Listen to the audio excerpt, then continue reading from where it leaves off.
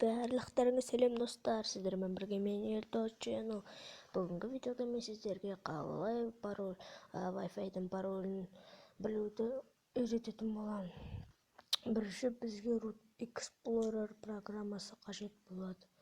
Бұл программаны интернет браузерден жазып ала аласыздар. Бұл программаға root права қажет етеді. Root права керек яғни. Келесі видеода мен сіздерге осы root праваны қалай алу керектігін үйретемін. Бірінші біз Root Explorer-ге кіреміз. Сосын мына жерде сіздерді root деп тұрады. Бұл іске қосылған деген сөз. Сосын біз data дейтінді іздейміз. Содан кейін ең астыңғы жақтарында MISC дейтін папка бар. Кіреміз. Содан кейін Wi-Fi дейтін папкаға қайттан кіреміз.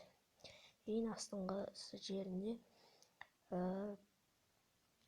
осындай бір программа бар. Папка бар, кешіресіздер. Міне. Соған кіреміз. Міне көріп отырғаныңыздай, мынау Wi-Fi-дің аты, ал мынау Wi-Fi-дің паролі. Міне мынақта да бар, мынақта да әр жерде бар. Міне мен осыншама Wi-Fi-ға кіргем.